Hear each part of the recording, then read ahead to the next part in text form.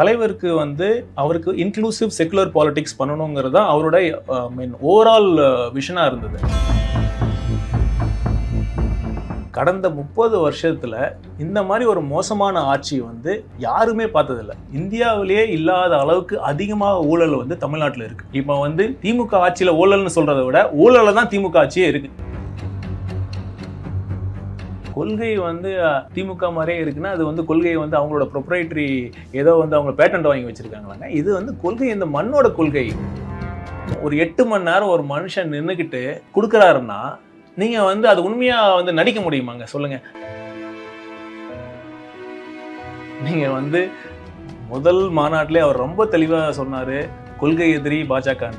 So எக்காரணத்திலையும் அவங்களோட கூட்டணி இருக்காது.